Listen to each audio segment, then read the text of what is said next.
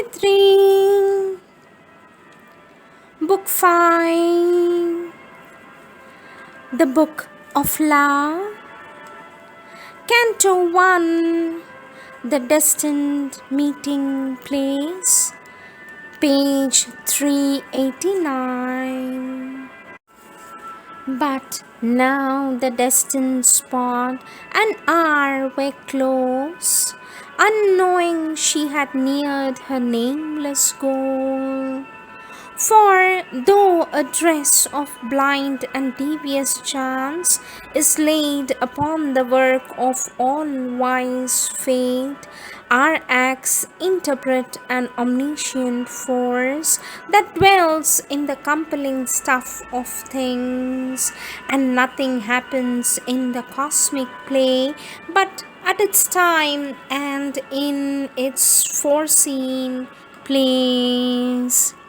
To a space she came of soft and delicate air that seemed a sanctuary of youth and joy, a highland world of free and green delight, where spring and summer lay together and strove in indolent and amicable debate, in armed disputing with laughter who should rule. Their expectation beat wide sudden wings, as if a soul had looked out from earth's face, and all that was in her felt a coming change, and forgetting obvious joys and common dreams, obedient to time's call, to the spirit's fate, was lifted to a beauty calm and pure that lived under the eyes of eternity. A crowd of mountainous heads assailed the sky, pushing towards rival shoulders nearer heaven, the armored leaders of an iron line, earth prostrate, lay beneath their feet of stone. Below them crouched a dream of emerald woods and gleaming borders solitary as sleep. Pale waters ran like glimmering threads of pearl. A sigh was straying among happy leaves, cool, perfumed, with slow, pleasure-burdened feet. Faint, stumbling breezes faltered among flowers. The white crane stood a vivid, motionless streak, peacock and parrot jewels, soil and tree. The dove's soft mourn enriched the enamed air, and fire-winged wild drakes swam in silvery pools. Earth couched alone with her great lover, heaven, uncovered to her concert's azure eye. In a luxurious ecstasy of joy, she squandered the love music of her notes, wasting the passionate pattern of her blooms and festival riot of her scents and hues.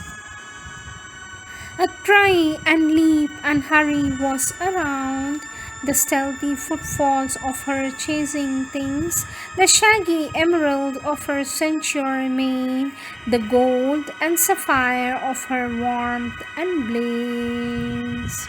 Magician of her rapt felicities, blithe, sensuous-hearted, careless and divine, life ran or hid in her delightful rooms, behind all brooded nature's grandiose calm.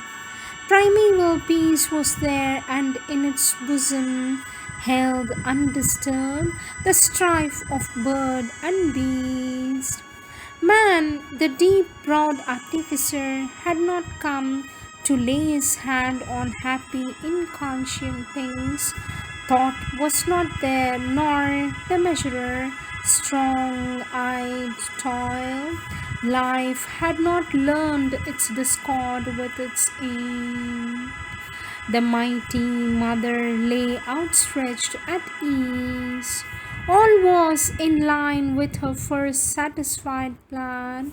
Moved by a universal will of joy, the trees bloomed in their green felicity, and the wild children brooded not on pain. At the end reclined a stern and giant track of tangled depths and solemn questioning hills, peaks like a bare austerity of the soul, armored, remote, and desolately grand, like the thought screened infinities that lie behind the rapt smile of the Almighty's dance. A matted forest head invaded heaven as if a blue-throated ascetic peered from the stone fastness of his mountain cell, regarding the brief gladness of the days. His vast extended spirit couched behind. A mighty murmur of immense retreat besieged the ear, a sad and limitless call as of a soul retiring from the world. This was the scene which the ambiguous mother had chosen for her brief felicious hour. Here in this solitude, far from the world, her path she began in the world's joy and strife.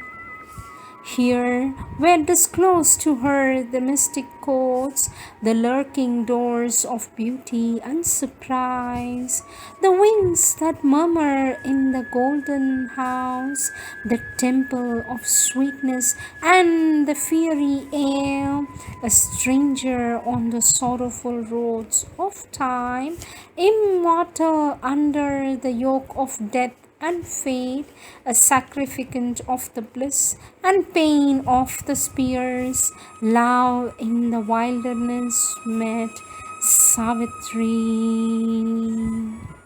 End of Canto 1.